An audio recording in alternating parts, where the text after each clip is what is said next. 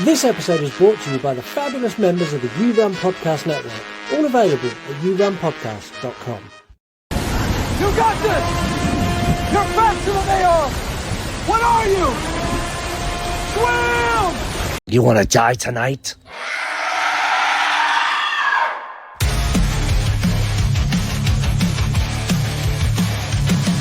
The dad jokes he tells sets the scene. I hang on every word lost in the screen. The passion for fear is contagious enough. You make me believe in Mark's overblown roundups. You run podcasts or a movie review, unveiling facts and playing games too. Your words paint pictures of darkness and dread, leaving me grinning long after I fled.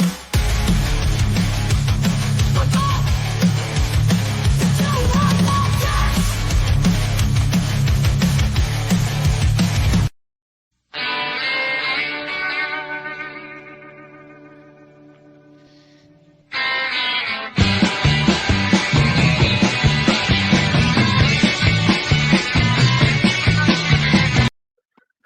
That seems It's been a while since appropriate. I've watched that.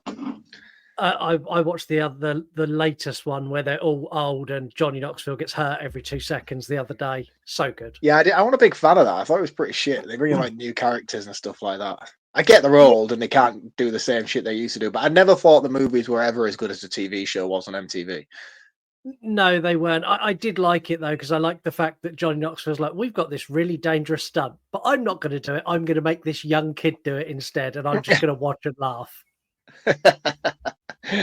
I suppose it's all right. I think it's better than all right. It made millions and millions of dollars. Nah, nothing. Pocket money. Pocket money. You earn too much. Hello and welcome to the You Run Podcast Horror Movie Review. Bad language, excessive drinking, and the occasional funny joke. My name is Scott. My name is Mark. And this is the most interactive podcast you will find in all of podcast land. That's probably a lie, but hey, I'm sticking with it. Every Monday we review a horror movie chosen by you on our Instagram polls. We are at You Run Podcast on Instagram if you want to vote for the movies that we cover. If you are new to the show, what you can expect from this show or this episode and every episode. Sometimes may be good, sometimes may be shit. It's pretty accurate. At least we're consistent, yeah. We are. We kick things off with a short summary. We then dive into a deeper review where we give you our thoughts and feelings on bits we liked, bits we didn't like. Later on in the show, we've got some interactive features. We play a game. We give you our roundups and our all-important scores, and then we let you get on with your day.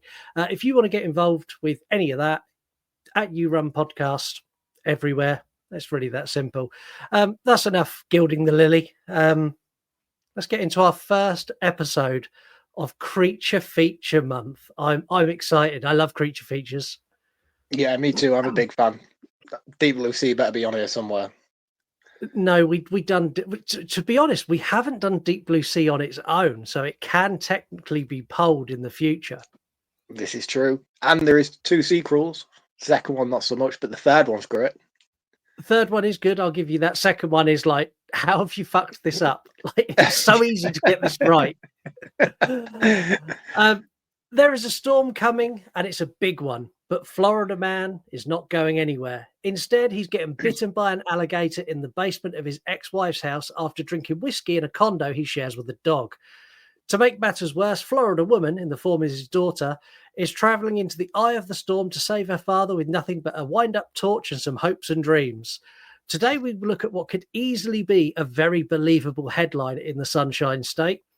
Florida father and daughter take on 2 large alligators in flooded crawl space during hurricane. I fucking love this. You sounded film. like a news reporter then. Yeah, well, that's all the news they get in Florida, and that will come up in our game. I love this film. It's 2019's Crawl. Dumb Florida moron. If you are from Florida, I know a lot of our listeners are. There's one in particular that I'm not going to highlight, but hello, we know you're listening. I apologize in advance. Lady Crisis is a proud Floridian. And yeah, I'm going to be bashing on Florida hard for the next hour and however long this episode is. This kicks off with a young girl in her swimming team. she's good, but she's not the best. And I really like the fact that her father is the most pushy parent ever. And then he's like, Yeah. he's pushy, but he's really encouraging as well. So she loses. And after she loses the race by like a second, he's like, don't worry, we'll get them next time. More training, more effort. And I'm like, oh, you're the worst. Like, yeah, I don't like that style of parenting. I appreciate sort of encouragement, but coaching as a parent is like they just grow up to resent you, which is exactly what she does in this movie. she does. And when I say she's a young girl, she's not. She's at college. I think she's collegiate team at this point.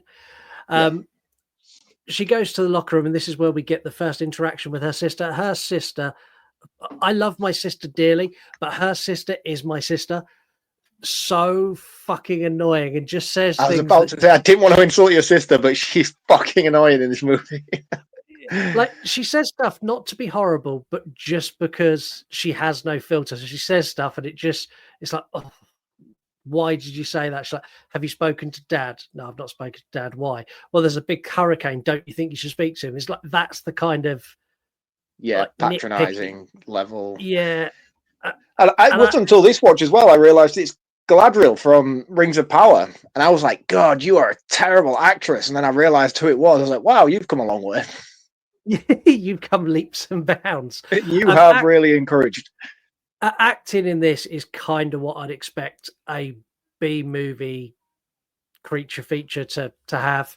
There's no one in this that makes me go, wow, you're amazing. But there's no one that makes me go, you are so bad, I can't watch you. No. I mean, the lead is quite impressive, considering she came from British TV show Skins to this. Yeah, she's really excelled herself. I thought she was good. I thought she does a brilliant American accent. I mean, I'm not American, so I can't pull it apart too much. But for someone from South London, I think she pulls off a good enough American accent for my ears, anyway. Yeah, she's believable, and I kind of like her character. Like, I really root for her in this movie. Like, there's so many times I'm like, oh, you're in so much trouble. Do this, and then she does the complete opposite. I'm like, you're an idiot. And everyone in this film is thick. Yeah, she makes some poor choices along the way, but she also makes some like really intelligent survival choices to sort of outbalance the idiocy that she creates throughout. Do you know what I mean? Like, there's a lot of moments where I'm like, oh, that was fucking stupid. And then she'll do something really, really clever. And I'm like, oh, actually, yeah, okay, maybe you do know what you're doing. Yeah, you've got half an idea. Just to get away. I mean, for someone who's battling with alligators, though, I don't suppose any of us are really that experienced unless we're Steve Irwin. We'll get to it a bit later, but I'm 100% positive I would be out of that basement in minutes based on how the walls are made up downstairs. The single skim bricks stacked diagonally where they could put their hands and arms through. You could easily kick 3 or 4 of those bricks out and climb out of that crawl space. It wound me up, all moving. I don't know, man. I mean, the fact that he's got his tool belt down there shows that there is probably some sort of movement. You could chisel away at them. But, I mean, to kick a brick out of a wall, come on. Yeah, I think you'd be... And I'm not being funny. This bloke has got the most severe injuries in the world that are only relevant when it suits the plot. And the same when she gets injured, like he's got this horrifically broken leg, and then 2 minutes later he's like running up the stairs. It's like, what are you doing? When his leg breaks, man, that is one of the worst scenes in this film, where he snaps it back in and like braces it with a ratchet. I'm like, oh no, that's disgusting. It's really, really, really rough. So she agrees to drive down and check on her dad. She drives to the dad's condo, or she tries to, and when she gets down there she meets the roadblock, and like the police. It's a small town in Florida, and like the policeman used to date her sister, and there's this really weird interaction, and then he won't let her in, and she takes a back road and ends up at the dad's condo. I like the dog. The dog Sugar is the nice, most wonderful and most intelligent person in this movie. Later, when she goes to the basement, that dog stands at the top of the stairs and goes, no, no, absolutely not. I'm not going down there. I was expecting the dog to die here, and I'm so fucking grateful that it didn't.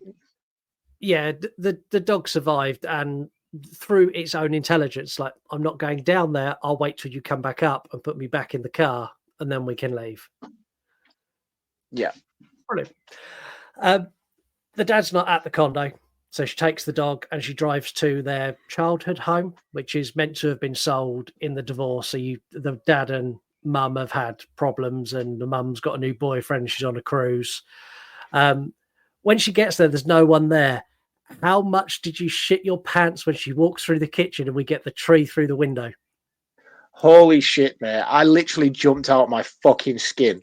And we spoke about jump scares last week. This is how you do them, because I didn't see it coming. It was no build up. It just happened. And I honestly fell to the floor. I was like, holy shit. My heart was like, and bear in mind, I've seen this movie already before I rewatched it for the show, and it still got me again the second time. Yeah, I'm exactly the same. So I'm watching it going, okay, right, she's going to go through here. She's going to get the dog, then she's going to the basement. Because I kind of know the plot. When the tree come through, I was like, fuck. My heart was racing and everything. Brilliant, well-earned jump scare, because it comes completely out of left field. It's so good. Yeah. She kind of makes her way to the basement, and I don't understand. We don't have crawl spaces here in this country like they do in America, but I don't understand. So my understanding of a crawl space is it's kind of one level. It's about 3.5 foot deep, and you literally crawl through it. But this crawl space has like bits where they can stand up, and bits where they need to crawl, and bits where they need to pretty much commando drag themselves across the floor. And I can't, like, they don't do a very good job of setting up what this space looks like, because the way it's set out in the film, this space is fucking ginormous. It's got 2 massive alligators down there and them, and they can move from area to area without the gators getting to them. Like, I can't wrap my head around what the layout is, and that irritated me. Well, a lot of houses in America, based on the brief knowledge that I have, are stilted due to intense flooding in certain areas. I'm sure Heather, who is a victim of severe flooding, has more knowledge on this than I do, but I do know that quite a lot of houses in certain parts of America are stilted, so they do have vast crawl spaces and stuff underneath them for drainage purposes, in case anything such as that would happen. Hence the storm drain that we see later on in the movie, that's due to drag water away and stuff like that. So that's why that is as it is. But again, the certain height differences and variation, I think, is more a case of not the size of the actual crawl space itself, but the services of the house underneath. So if you have like big air conducting systems running through, and then you have plumbing pipes coming under, and that's hence why they're ducking under certain bits and not. Do you know what I mean? I think there is all a certain level all the way through, but due to the services of the property and things like that, that's why they're finding the variations in certain areas. But what height is it all the way through? Because there's bits where like she stood up, and then there's bits where she's not, and it's just a ceiling above her, and I can't wrap my head around it. Someone in the United States who has a crawl space, send me some photographs so I can understand. Yeah, I think when she first walks down, it's full height when she gets to like the bottom of the inbuilt stairs. And then as she starts deviating off into certain areas of the house, because I don't know if you see it when she's upstairs. I don't know if like they step down into the kitchen and stuff, hence the floor dropping and it things like that upstairs. Yeah, so I think that's what I think we're spending way too much time talking about this. Okay, sorry. It was one of those. You know, one of those. I know, but I'm getting really invested in it now, and now my mind's racing, and I'm thinking, why? Okay, we'll move on. She finds her dad, and her dad is in a bad way. Like, he's in a real bad way. Like, his leg's broken. She's really clever how she gets him up, where she goes and gets the tarpaulin and like rolls it over his back and then rolls him back onto it. I'm like, you're really clever. And I also like the fact that she took her shoes off, took her flip-flops off when she got. I think that was only because she studied alligator shit, was it not? Yeah, it was. But how she gets him up, I thought was really clever. And then when she's dragging him out, we get another great jump scare where the alligator kind of bursts out from behind some boxes. And man, this one. No, it burst through the stairs, didn't it? It was the stairs that she come down. Yeah, it just obliterates the stairs to get out. This gator is like Lake Placid gator size. It's fucking Yeah, this huge. was like the scene from Resident Evil 2 when it burst through those stairs. When you Yeah, fight that big gator in the sewers, I'm like, holy shit. I mean, the and graphics and the CGI in this movie in certain areas do amplify that experience, I think. yeah, I think on the whole though, the alligators in particular, they're all CGI and they look great. Yeah, oh no. As a whole, I think considering the budget of this movie, I think they look fantastic. I'm really not going to criticize it. Someone who watches a lot of creature feature movies, this is top tier level CGI, but there is Yeah, still moments where you're like, ooh. And I think you notice as well, one of the things that annoyed me the most was the size change of the actual gator itself. Not yeah, massively, but like the scene where it bursts through the stairs, it's like a fucking giant gator. And then a scene later when it's like chasing them through it like sort of like maybe a third of it slim shrinks down. kind of thing. Yeah, and I was like, you at least should be consistent. There's a bit where it goes down one of the like corridor bits and it kind of gets stuck and then it does a U-turn. There is no way that alligator would have turned around in that space. Like as it turns, you almost see like the CGI fold into itself to allow it to spin around. I'm like, Yeah. I'll let it go because it all looks good beyond. Yeah, it gets a free pass from me, man. I'm certainly not going to spend this episode criticizing any of the CGI. It was just there is moments where you are like, maybe an extra day of polishing would have helped that bit. Yeah, I think so as well. The broken leg. So her dad comes to and repairs his own broken leg. This is so rough. It's his shin bone as well, which makes it worse. Yeah, and you don't know what he's doing at first because you haven't seen the injury on his leg. You've only seen the attack mark on his shoulder. But Yeah. then when it sort of sees it and you see him dragging for his tool belt, you're like, what's he doing? Is he getting a weapon? And then you see him pull out a ratchet and you're like, that's not going to do much damage. And then he puts it on his leg and ties the tool belt around it. He straightens the bone up and he just goes, pulls it in. It don't go in the first time as well. And he has to readjust and then give it another crank. And you're like, oh, balls of steel, man. I think I'd faint. I think that would make me pass out. Yeah, I think if this was me, like he's been down there for a while before his daughter gets there, I probably would have sacrificed myself to the gators by now. I probably would have resigned myself to the fact that I can't kick out the bricks because my leg is broken. I can't get out because they're quicker than me. I'm just going to like lay my head out of this pipe and just let them end it because no one's going to find me and I'm going to drown. And that's far worse than being eaten by an alligator. Yeah. It's a rough rock and a hard place, I'll be honest. It's a really rough place. I like that she goes for her phone. So she realizes, oh shit, I'm going to get my phone. Like, I can get my phone, I can make a call. She gets bitten by the alligator, it gets her leg. There is Yes. no way she's getting in real life. If this gator bit her leg, it would have rolled and taken her leg clean off. But she gets bitten. This is what I was saying about them having like injuries that suit the plot at the time of the plot. So she gets bitten here. Circumstantial injuries, yeah. Yeah, she drags herself away. She gets away and she drags herself away and she's in loads of pain. And then in 2 minutes' time, she's like fucking climbing and trying to get through ceilings. I'm like, you just nearly had your leg torn off like a second ago, but now you're okay.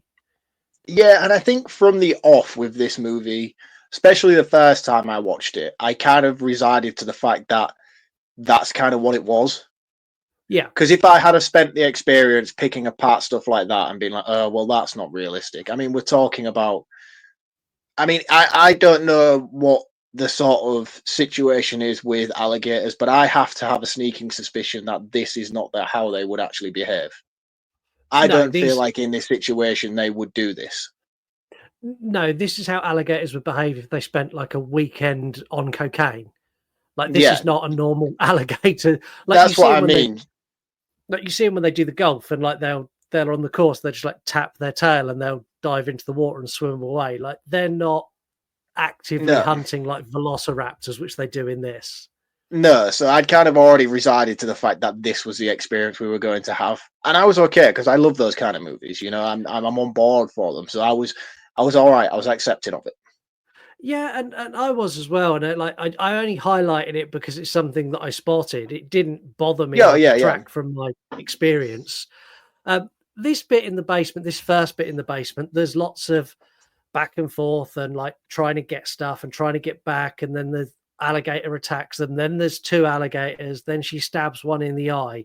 And all of this is great, but it's all very samey. And it No, remains but that this fight kind of... scene though, where there's like the 3 of them, where she finds out there is more than one, and like 1 comes from the front, then 2 come from the side, and it's just her taking on like the 3 gators, and then she gets like that like big giant rat trap thing and sticks it over one of their heads and manages to get away into the crowd. That was really cool scene. Yeah, like all of the scenes in this bit are cool, but it's very confined to this one location. And I was getting to the point where I'm like, I don't know how you get out of this now. Like there needs to be something that changes up in the plot that allows you to get out of this scenario. And we that's get when that. the water level starts rising, isn't it? Yeah, and the water level rising, like that adds a whole new like element of, oh, this is really, really, really not good now. Because not only are you trapped, but now you're trapped, and you're trapped with a time limit. You are going to drown. And this is where we get the looters over at the gas station. Take all your stuff, though. I feel really bad about it, but I didn't see the relevance in these guys. I mean, obviously, it pinpoints the fact that there's 3 gators in the basement, and then there is an army of them outside. Yeah, you know, like it's like they've all just congregated. This is gator fire escape meeting point in this movie. All of them seem to just congregate in this certain street, as opposed to being spread out across the whole of Florida. and honestly, the way these gators take these people out, and they do it in not the most brutal way. Like they all get eaten, but it's not like, oh fuck, that was really like, oh. But we get the best gator kill in all of gator movies ever in this. So you get a rescue boat with a couple of cops show up. The cop that gets eaten outside when he goes to look at the swing, and you get 5 alligators all grab a limb, each one grabs his head, and they just dismember him. I was like, wow. It's like, for what cartoon was it where they used to do that? It was like every episode someone would fall off a cliff and then all the gators would just come and swarm. Do you remember that was like a thing for like all Disney movies back in like the 90s? Where like at the end, it was like, how do we kill this villain? Oh, he falls off a cliff, and then all of a sudden just gators get it. Yeah, and like literally they tear him limb from limb. And as soon as they've done it, they all just like disappear into the dark water, and there's just this torso floating. And that kill that's up there with some of the best kills in any creature feature. I fucking loved that. I was like, I literally sat there and went, whoa, what? Yeah. Yeah, So my cool. favorite in this movie is not actually a kill itself, but I'll save it till we get to it. It's a gator attack, if you will. I'm curious now. Okay, we'll I'm sure we'll get to it soon, because I'll be honest, there's not a lot left in this film. No.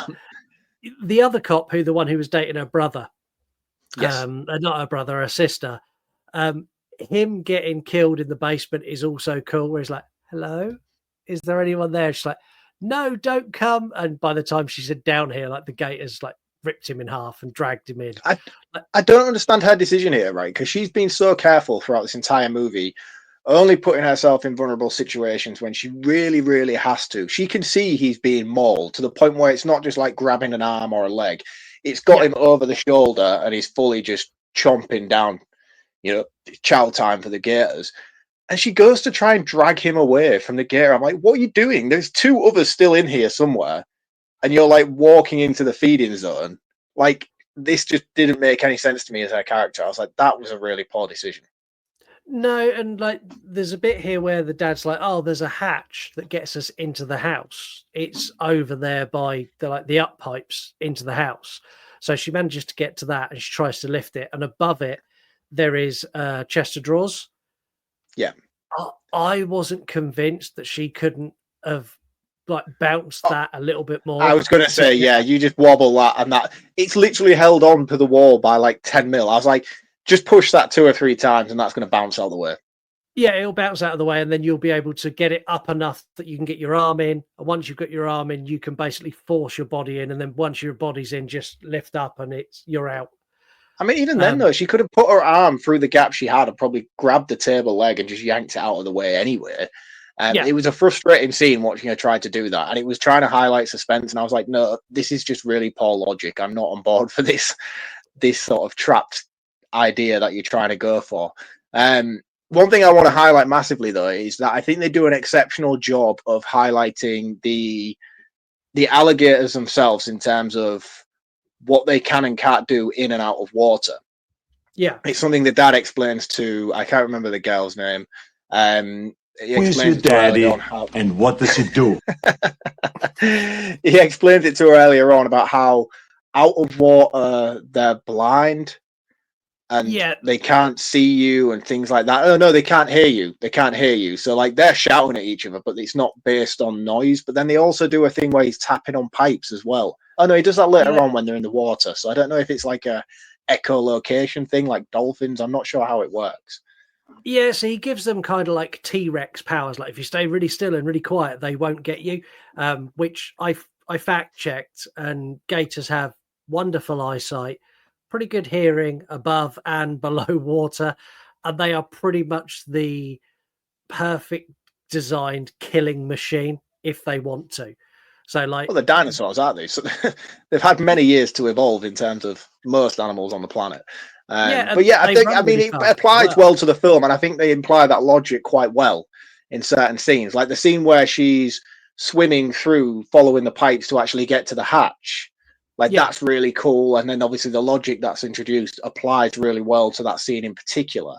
And again, it sort of justifies the stuff that they can shout across to each other, and the gators not pick up on the sound of them. I did question whether it was true or not, obviously, and now you've verified for me that it isn't. That kind of annoys me a little bit, because I feel like if you're going to introduce something like that about a grounded animal in a creature feature film, it should have legs, you know? Like most normal people who watch a lot of David Attenborough would understand that, no, that's not true. Alligators can see out of water and can hear perfectly fine. I didn't know that, so I bought into it. So what made me go and look was, you know, the bit later in the movie, we played the clip at the beginning where he's like, swim. I'll talk about that when we get to it, yeah. Yeah, so I went, because he's like, you're faster than they are. And as soon as he said it, I like paused it, went straight on my phone. How fast can a human swim? And like, it gave me a speed, like, how fast can an alligator swim? I'm like, you are not faster than them. They are catching you within like 5 strokes and you're dead. And then I was like, okay, I'm happy I'm right. I'll unpause it now. Yeah, and while we're on it, save me going back to it later on. That scene, man, the dad in this movie is a terrible father. He puts her in such dangerous situations and encourages her to do so. And later on in the movie, not only has she had her leg chomped, so she's not going to be a proper athlete swimmer anymore for the rest of her life anyway, she's still currently injured.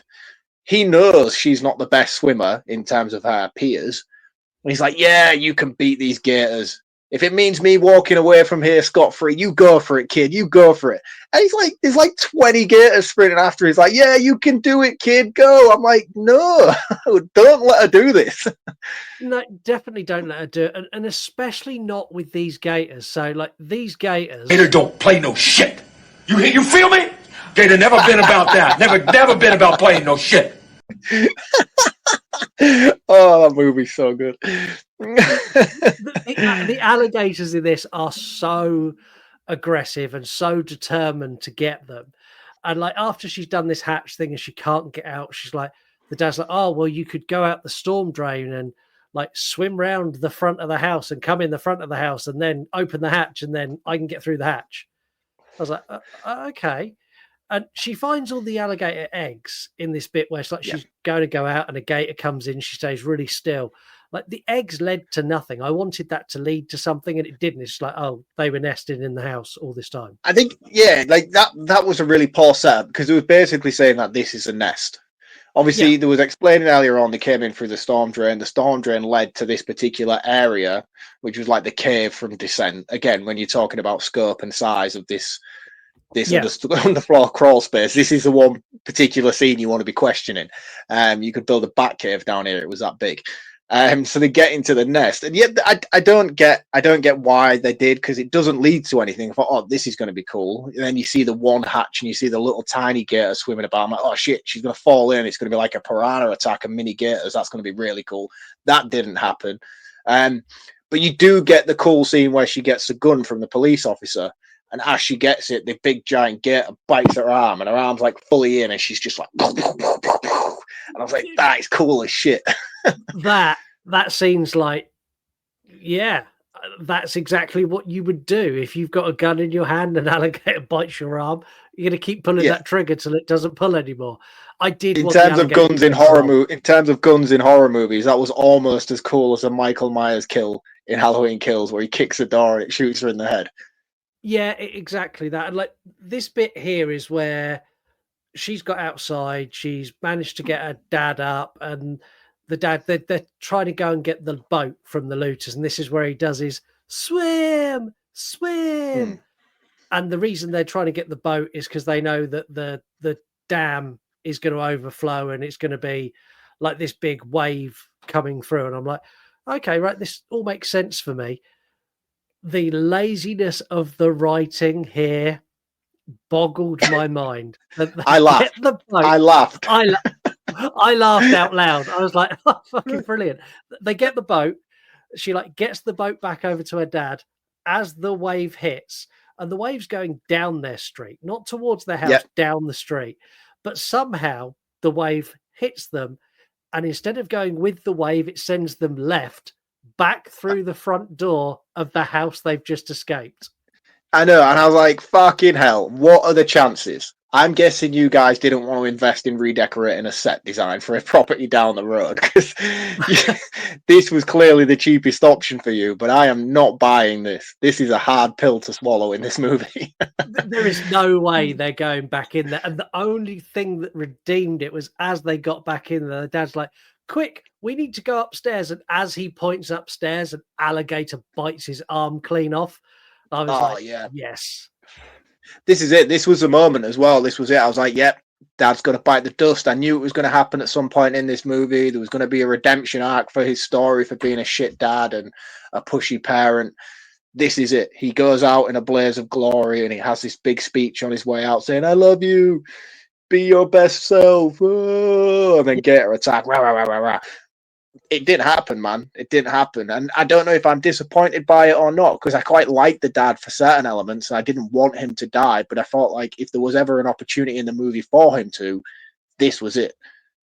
This was definitely it. But, like, he's Florida Man. Like, Florida Man doesn't die. I had that in my head all the way through. Florida Man doesn't die. Who's Florida Man? Have you noticed, like, all they refer to? We'll get to it. We have a whole segment on Florida Man, like news articles. Right. It's like, oh yeah, I know, like the Florida. Yeah. Oh right, okay, all right, yeah, I'm with you. Yeah, they do some nice shit in Florida. They do. This guy is Florida Man. He's like, he was in his basement. He got bitten by alligators. He got himself out. He got his arm bitten off, and like none of it fazed him. Like, bear in mind when he got his arm bitten off, he's wading sort of just above his waist in water with a broken leg that he's walking on, and he's absolutely fine. He gets his arm bitten off and still goes up the stairs absolutely fine. What the fuck? I also want to talk about the shower screen that was forged in the pits of Mordor. Was this before or after her attack in the room? It's all sort of happens in this time. So when she's washed down the corridor, she ends up in the bathroom with the alligator, and she locks it behind the titanium based. I don't know. How did that shower screen hold that alligator? Not even that, but how the fuck did that alligator even fit in there? All right, like, we've seen the scope of this alligator downstairs in the basement. I have a shower. I'm sure you have a shower in your house. I know you get the standard cubicle sizes, but the biggest one's roughly about 1,800 wide. So if you laid down end to end, toes to toes, you probably couldn't lay down in your shower in normal people's houses, especially in houses based on this size in that area. Yeah. But it held this alligator, and it held it behind a shower screen. I've installed shower screens. I've installed them in many houses. I've shattered many shower screens installing them in people's houses because they are fucking flimsy things, and the slightest tap on the wrong corner will make those things explode. But this manages to cage a giant alligator who is like thrashing to the point where he's nearly bursting through the walls at either side of it. But the screen door manages to hold it. Screen This doors, was more harder to swallow than the actual fucking boat ending back up in their own house. and the screen door's already under massive pressure from all the water that's contained within the shower as well. And it just, I was like, fucking hell. I was like, they need to start installing these shower screen doors at aquariums, man. This is insane. Yeah, forget all this like super thick. They needed this in Deep Blue Sea. They did. This is it. This is it. That shark would not have thrown that poor man on the stretcher against the window if it had one of these shower screen doors on it. Exactly. Well, we need to get hold of the research facility for Deep Blue Sea 4. You need the shower screen from Crawl. The dog didn't get eaten, and I'm shocked by that. But the dog does massively mug them off when they're upstairs. So the dog is aware of the alligator that comes through the window in a minute. You see the dog look at the window. You then see the dog look at the man for the man to pick him up and take him onto the roof. And at no point does the dog warn anybody at all, not with a bark, not with a whimper, not anything. He's like, a fucking big alligator out there. Could you pick me up, please, and carry me to the roof? And I spotted it, and it made me laugh a lot. Is this where she gets bitten and dragged back down? Yeah. This is my favourite attack in the movie. So this in particular, because not that it's that great on that monumental in terms of some of the cool like decapitations and shit that we've seen so far, but it's a fucking barrel roll, man. It's a grab and roll. And I was like, oh, I've been waiting this entire movie to see a cool barrel roll. Every crocodile movie or alligator movie I see, none of them execute it as well as this does. It looked flawless, man. Do you know where they just grabbed her and rotated her? Because that's what they do, isn't it? It grabs them, rotates them to disorientate them underwater. It was doing it to her. Thankfully, the flare was on the floor so she could get her bearings and escape and jab it in the eye with a flare. But this looked incredible. And I think this scene in particular is where most of the budget went on the CGI gators because it just looked so fucking cool, man. Yeah, and it's really intense as well. So not only have you got the fear that she's being attacked by an alligator and she's trying to get the flare to deal with the alligator, but she's also underwater. And they do a really good job of building the tension that you're kind of like almost holding your breath with her. It's like, yeah, and then you start getting flashbacks, you know, like the light flashing before her eyes scenes and stuff like that. I'm like, oh shit, man, this might be it for her. Maybe it's just the dad and the dog who survive. Yeah, and I'll be honest, I wouldn't have been mad if they'd done that. If they'd done that, no, I would have appreciated the balls on it. Yeah, and like for a movie like this, they didn't kill any of the main cast. They just surrounded the cast with this fodder and just. I think there was a conversation each day of how should we kill this person with an alligator? We've got these 3 people here. We need to kill them. Throw me some ideas. That's how I think. Well, that's it. I think a lot of the times with this movie, they came up with really cool kill ideas and then interjected characters just to execute those kills. I think the policemen who turn up serve no purpose. Like the walkie-talkie and the gun was completely irrelevant. I know that gun was good in the nest for that particular scene, but didn't need to be there. Didn't need to. It didn't project the plot any further or anything. I think the guy coming back from the road turning signal, he didn't really necessarily need to come back. It wouldn't have changed anything. I think these people are literally cannon fodder for cool kills because the main cast have a force field around them. Like, no, we can't kill them. They're the main characters. And I kind of wish they had done. I wanted them to kill the dad on the stairwell, and I really wouldn't have been mad if they'd have killed her here in this bedroom scene as well. Do you know what would have been really good? Is they'd have killed both, and the only person who survived was the dog. Just break the trope. The dog's on the roof on its own, barking at the helicopter at the end, and the helicopter rescues the dog. Like that, I'd have been, okay, that's great. Yeah, I mean, the thing is, like, as much as us as audiences are watching this, especially us as horror fans, are like, yeah, that would have been a really bleak, cool ending to this movie. We already established early on in this episode, this is a popcorn horror movie. You're not going there. We're forgiving it for its sins because it is here for entertainment purposes. Yeah. So I understand the decision to give them this invisible blanket when it comes to certain aspects of their damage that they can take and the force field they're under from major damage and kills. So I get it for that purposes because it is just a popcorn movie, which most creature features are. But it is one of those scenes where you're like, that would have been cool, and that would have probably Yeah. elevated my appreciation to new heights for this film. I think there needed to be a better way to dispose of like the final gator that's got her as well. So the gator that's got her, that she's trying to swim up to the roof, because the water's now at like the bottom level of the roof, and she's reaching for the roof, and the alligator gets swept away by debris in the water. And I really wanted it to be something. I wanted the alligator to get on the roof and like her and her dad like take the alligator out, as opposed to it just like conveniently be swept away by a car that's floating down the river that doesn't touch her. Like it's all a little too neat. I disagree with that, because I think the fact that it is as basic as it is just shows that these are just creatures and not necessarily anything more than just trapped alligators in a house. Yeah. I think had it have done that sort of crawling onto the roof for one final scare thing, I would have just been like, no, I'm kind of done with this movie now. You are taking it a little bit too far for me. So the fact that they didn't do that and they did keep it on a basic animal instinct level, I was all right with. I do get what you're saying, though. I know where you're coming from. And in most other movies, if this was a Jurassic Park movie, for instance, there would have been a velociraptor coming up from behind the chimney pot to take them out for one last scare, you know? And I know what you're saying, but I kind of appreciated that it didn't do that. One thing I want to question, though, in terms of the flooding. Yeah. This is like Noah's Ark level shit. Like, this is a big 2-story house with a crawl space with at least 6 foot. How much water in this area is there? Is this even a thing that you can flood this much? I know that like the Everglades that are in Florida, I know that they flood, and they'll flood like into the streets and sort of, I don't know. I've seen, but this is like 20 meters deep of water.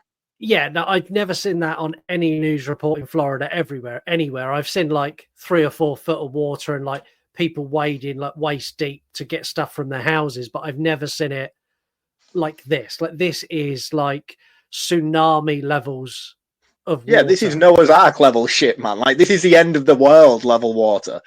Yeah, it really is. And like, they get to the roof and they do the flare thing and the helicopter saves them. I think they missed an opportunity here to give us a post-credit scene and do a post-credit scene. Being on the side. Exactly that. 6 months later, bring that, because that's the main plot of the movie, is like her swimming career and how she's going to get to the point where she is fast enough, and she's fast enough against the alligators. Like, where's that post-credit scene to show that she's taken that real life experience, gone back, and she knows she's faster now, so she does win, even if it's. And this was that Mandela effect as well, because I could have sworn it was there. I could have sworn there was this, and then it got me thinking, why do I think that? Because they do it in The Shallows with the Blake Lively movie, where she goes back in the water with the scars on her legs and she goes surfing again. They do it in that movie. And I was positive they do the same thing here, and no, it weren't there. And I was like, I'm sure I've seen a version of this somewhere. Maybe it's just a Mandela effect in my brain thinking it should have been there. And you're right, it definitely should have been there. It really should have. And maybe it is. Maybe it's in an alternative cut somewhere, but it definitely wasn't in the copy that I watched. And I was like, I even waited till the end of the credits. Oh, no, I kind of tapped out. I was done. Anything else you want to touch on before we do your recommended account? No, but I'll hesitate so I can find a recommended account of the week, if that's all right. We've got music for that. Interior crocodile alligator. I drive a Chevrolet movie theater. That's all you get. Oh, mate, you did not let that go on for long enough. I'll give you one more. My entire house will get flooded.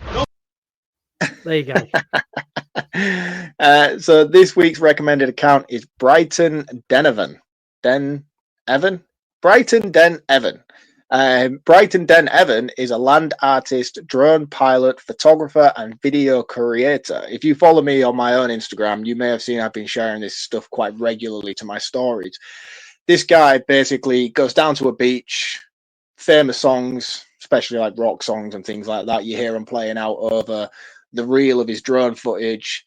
And he basically just goes down to a beach with a rake and carves out the song lyrics as the song's playing over the reel. And it's really fucking cool. Even though I've made it sound extremely basic, it's incredibly cool stuff to watch. And I've spent hours watching his channel and just scrolling through some of the stuff that he's done. He's really, really clever. So I implore you all to go and check it out. It's Brighton Den Evan on Instagram. As always, let him know the Urine Podcast sent you there.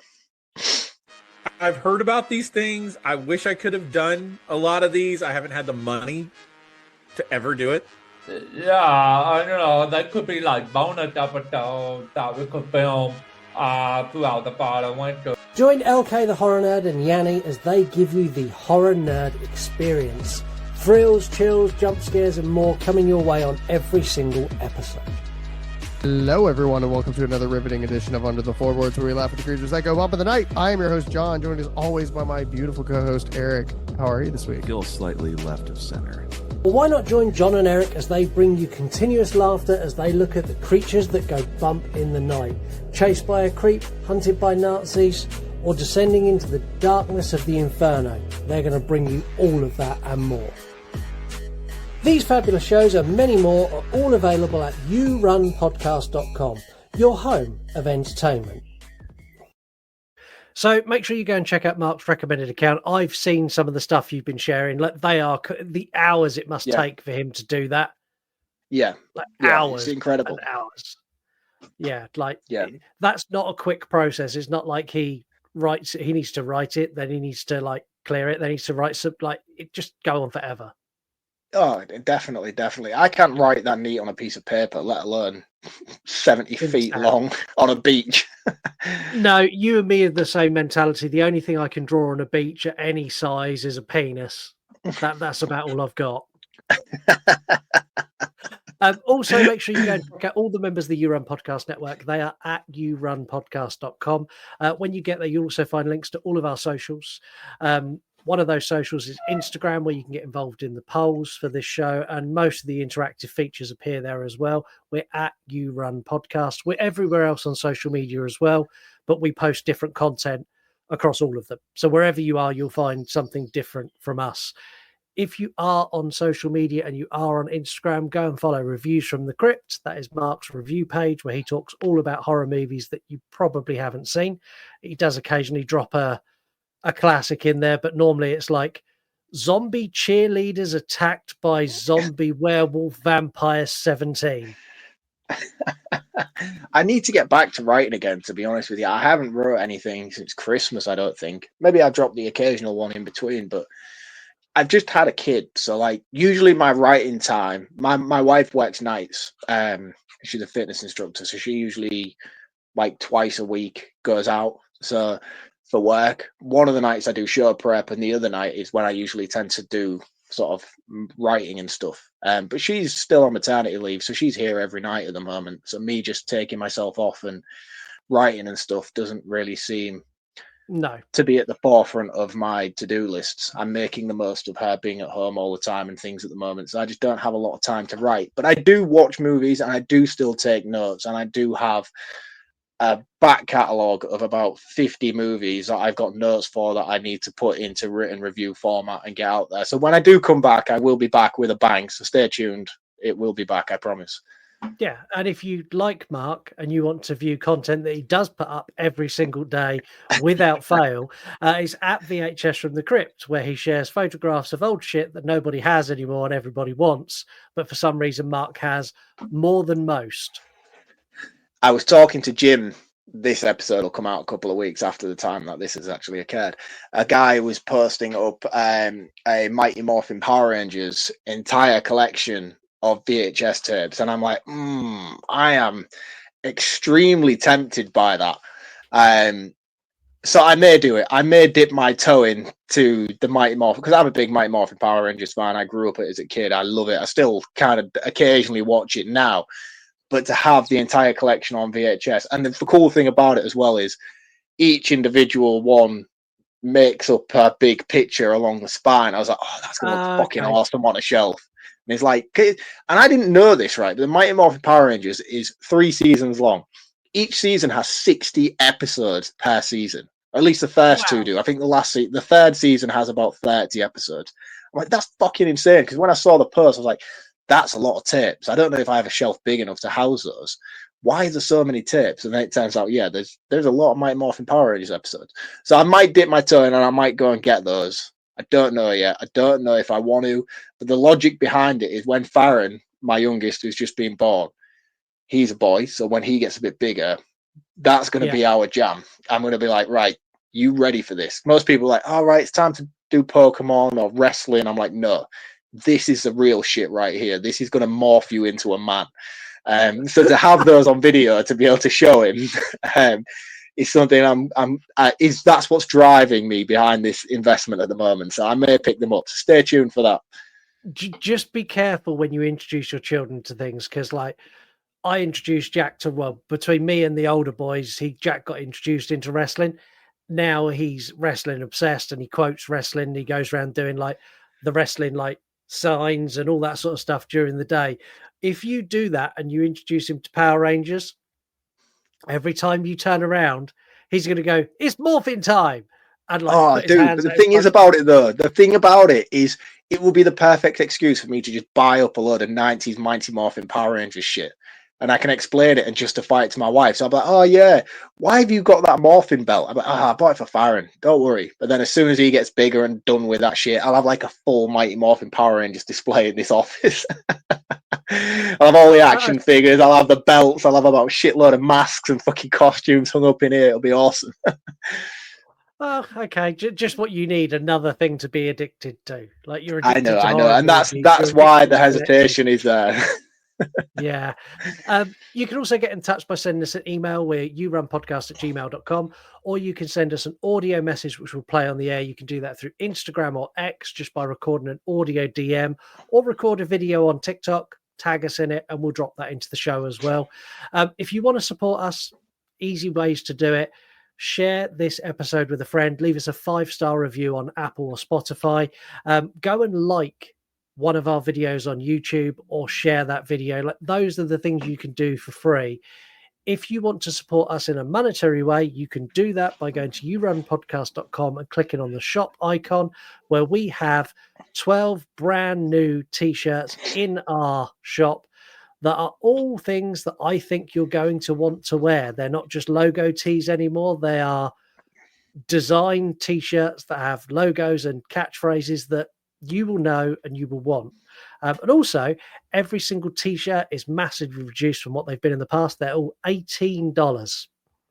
Oh, bargain.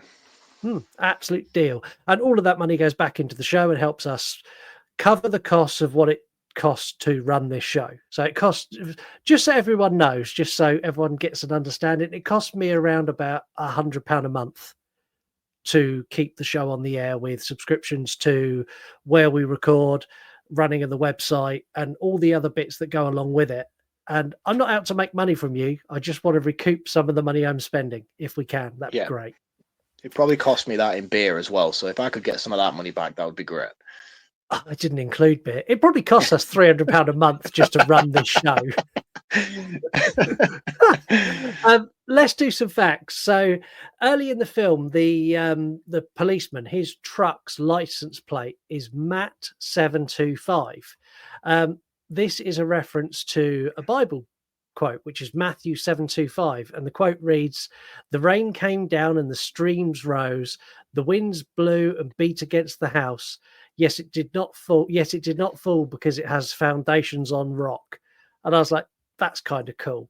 Like that little thing in there. I liked that. Yeah, it's nice when you include fairy tales in your story, isn't it? So the actress who plays the lead role is Kayla Scalerio. I can never Scolderio. Yeah, I can never get that right either. It was her who insisted that her character would be barefoot. So originally she was in trainers, and she argued on set going, "No, it's summer. I've just come from swimming. I'm telling you now, as a woman, I would not be wearing trainers. I'd be wearing flip-flops. And when I tread in mud or shit, I will take those flip-flops off because I'd rather get my feet dirty and clean them than have to clean my flip-flops." And she won. Yeah, cool choice. Yeah, really cool choice. This is one of the most favorite movies from 2019 for Quentin Tarantino, who put this in his top 5 movies of 2019. This is also the second creature feature for Alexandre Aja. He also directed Piranha 3D, which, funnily enough, this knocked out in the polls. That's cool. So you know the set where like all the water's rising and you've got the dog and the dog like goes along as the water's coming in and the dog swims a little bit. They had to do so much work to make that happen. So they built this entire set of that kitchen and hallway is built inside a giant water tank. And then each day they'd raise the water level a little and train the dog to do the same, rewarding it with sausages when it done it before they flooded it fully. So that dog was actually in the floodwater and had been trained how to act in that scenario, which is so That's cool. quite cool. Dogs are great, aren't they? They really are. The burglars who robbed the gas station are named Marvin, Stan, and Lee, which is a nod to Marvel creator Stan Lee and coincidentally Sam Raimi, who produced this movie and also directed 3 Spider-Man films. Did you notice the shark in her car? The shark eating a person? On The bobblehead, yes. Yeah, it's a Jaws bobblehead, which, again, great. What wasn't a Big Blue Sea bobblehead, was it? Well, no, because it'd be cool as fuck, and I'd have remembered it a bit more if it was. Sam Raimi's producing influences all over this, having many similarities between this and The Evil Dead. The tree breaking through the window is a Sam Raimi addition.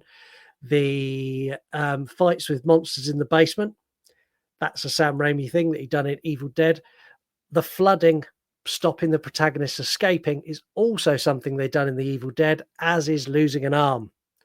So it's the Evil Dead. It would Dead. have been so cool if, like, the car that actually wiped the gator out at the end was Bruce Campbell's car.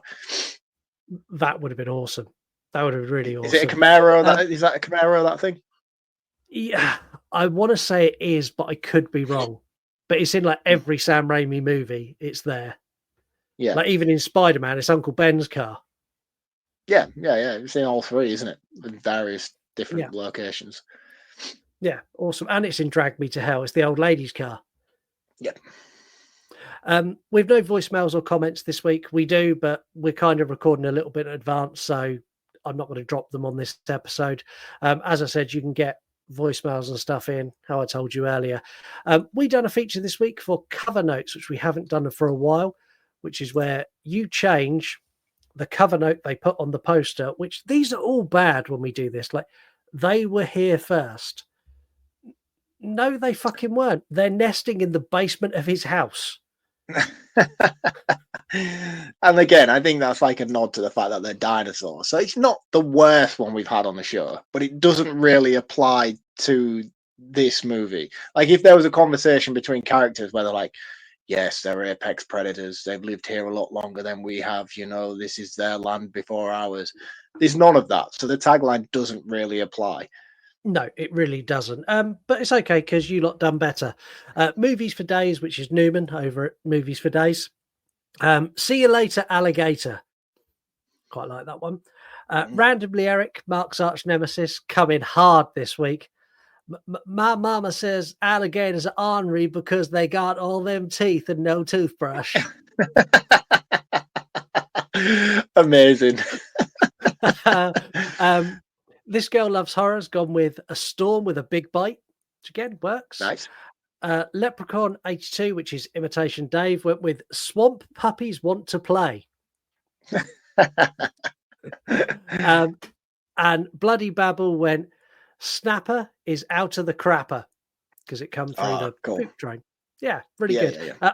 I've actually got one this week as well. Florida, come for the sunshine and stay because you're trapped in a crawl space with apex predators that want to eat you. Nah, I think that's a bit too wordy, mate. Is it? Oh, well, I liked it. Anyway, Florida Man. We all know Floridians are wild as fuck. And there are so many headlines that start, Florida Man did, or Florida Man was. So I went looking online and I found a selection of these. And I'm not going to ask you to pick which ones are real. They're all real. I just want to get your natural response to each of these headlines. Because honestly, they blew my fucking mind. So, Florida man arrested in local park after performing karate on swans. Do you get swans in Florida? I'm assuming you do, because these are genuine headlines. A Florida man was arrested for it. for kung Holy fu shit. karate kicking swans. How much? What is the drug situation in Florida? Meth, crystal Oh, meth. right. Okay, that explains a lot. Yeah, it really does. Florida man stabs tourist despite having no arms. How? How is that even possible? The knife was in his mouth when he stabbed the person. So it was like he used his head as a musket, basically.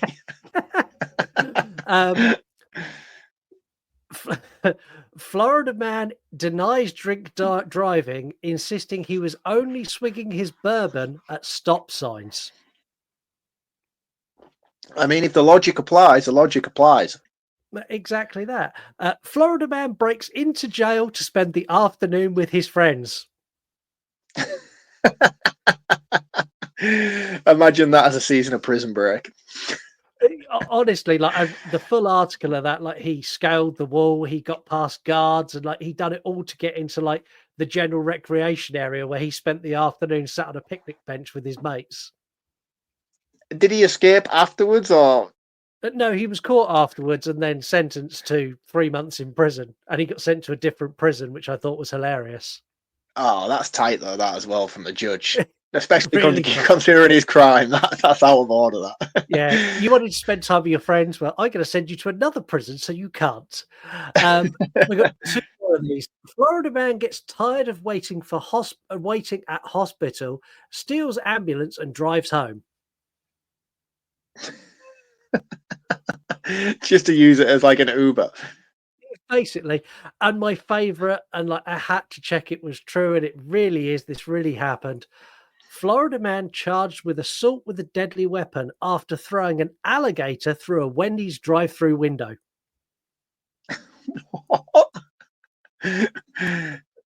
Why? So long and short of it is he wasn't happy with the service he received at Wendy's on his previous visit. So when he went back, he got to the serving hatch and threw an alligator through the window. That is wild. Like the idea to be like that pissed off about Wendy's and be like, right, those bastards, next time I go there, they're going to get it. And then to turn up with an alligator. It is mind-bending. Now, I went down a real rabbit hole of Florida Man does, and I found a Florida Man generator where you can provide it with information like name and things you like, and it will generate your own Florida Man headline. For anyone who's interested in doing it themselves, it's vondi.com/Florida Story Generator. So I done one for me and I done one for you. You find some weird shit on the internet, man. Yeah, I do. Florida man Scott suffers second-degree burns after setting his testicles on fire for Instagram views. Now that I can believe. Honestly, it's not out of the realms of possibility. Like, if I thought it would help, I probably would. Florida man Mark has sex with his boss's van in retaliation for being fired after being found out for running a VHS smuggling operation from site. I just need to know what you've had to put in to get that story generated. I put in that you had a van, you liked VHS, and your name was Mark, and you put the rest together itself. Oh my God. That's enough, Florida man. Go on, you round this one up. You take this one away. I mean, there ain't a lot to say, really, other than what I've already said on the episode. I mean, this is just popcorn fun. I think the cast are ample. You know, there's nothing really that I could criticize any of them for. CGI, I think, is, again, ample. There's nothing great about it, but there's also not elements of it that I could really pull apart and say was terrible. Practical effects-wise, there isn't any. Majority of it is done CGI, barring a few of the war wounds that the 2 lead characters receive. There's a lot of stuff here that's hard to digest. And I think if you haven't seen this movie and you are going into it, go into it with that mindset that this is just entertainment purposes. Because what I did on my first watch was going into it based on my appreciation for the director, Alexander Ajar. Yeah, is his name. Ajay. Yeah. Now, he has an awesome back catalogue of movies that I really appreciate. I mean, he did High Tension, which was one of my favorite movies from back in the day. One of the best twist endings I've probably ever seen. First time watch. I thought that was fucking amazing. He did the Hills of Eyes remake, did Mirrors with Kiefer Sutherland, which was fantastic. Yep. Horns, which was a good one with Daniel Radcliffe that not many people have seen. You've mentioned that he did Piranha 3D as well. So he has a really, really cool sort of set of unique movies under his belt. So when I first saw the advertisement for Crawl, I was like, oh, this is going to be fucking epic. This is going to be something really unique and really terrifying. The same way that we kind of he came out in an era where his name meant something. Similar to what you get with the guy from Hereditary and things like that, even though he's kind of fallen off the wagon now and isn't really doing horror movies anymore. When he was, he's Alexander Ajar, when his name was attached to something back in the late 2000s and teens, you're like, oh shit, this is going to be something really fucking cool. And I was underwhelmed by it the first watch. I didn't think it quite lived up to his namesake. And I was like, you know, anybody could have kind of directed this. And that's really disappointing for me. But on a rewatch, knowing what I knew off the first watch, where I was like, just enjoy it for what it is. It's popcorn fun. It's a creature feature movie. It's not here to make a statement. I fucking loved it, man. I really enjoyed my time with it the second time around. You know, like I said, there's a lot of things where you do question the believability of it and the plausibility of most of the situations. But if you can put that to a side, I think this is definitely sort of like that early Jurassic Park, Deep Blue Sea, Lake Placid kind of level of enjoyment of creature features, Anaconda style stuff. And if you go in with that mindset, you are guaranteed to have a great time with Crawl. If you're expecting more from it, this isn't going to be the movie for you. So for me, on a first watch, I think I gave this like a 3 stars. On a rewatch, it's getting a 4 out of 5 for me. I really enjoyed it. I thought it was a fun movie all around, and I didn't begrudge having to do a rewatch on it at all. That's good score. And to be honest, not too dissimilar to mine.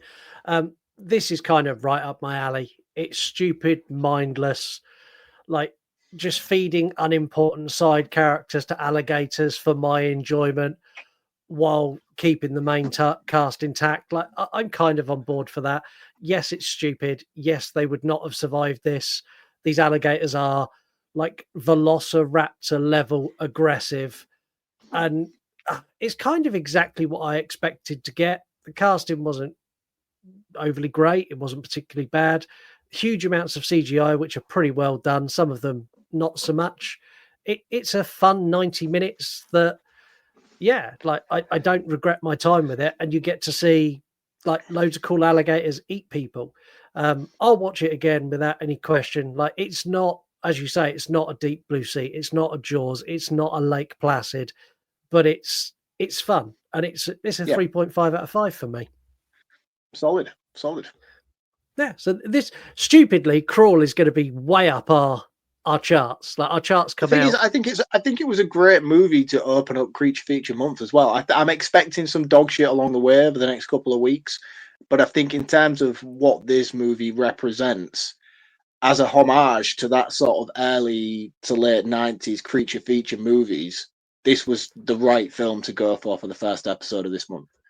Yeah, great pick by the listeners. And I'll be honest, the listeners have not been particularly consistent with their picks recently. However, next week, they have been very consistent as they have picked an iconic creature feature, probably one of the most iconic, as we're going to look at an American Werewolf in London. So you all need to go and watch that before we're back next week. But until then, be good. And if in any doubt whatsoever, what would Florida Man do? See you next week. Bye. You want to die tonight?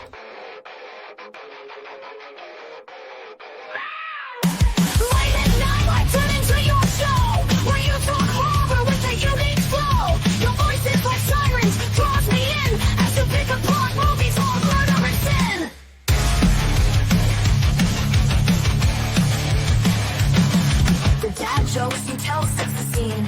I hang on every word lost in the screen. Your passion for fear is contagious enough. You make me believe in Mark's overblown roundups. You run podcasts for a movie review. I'm very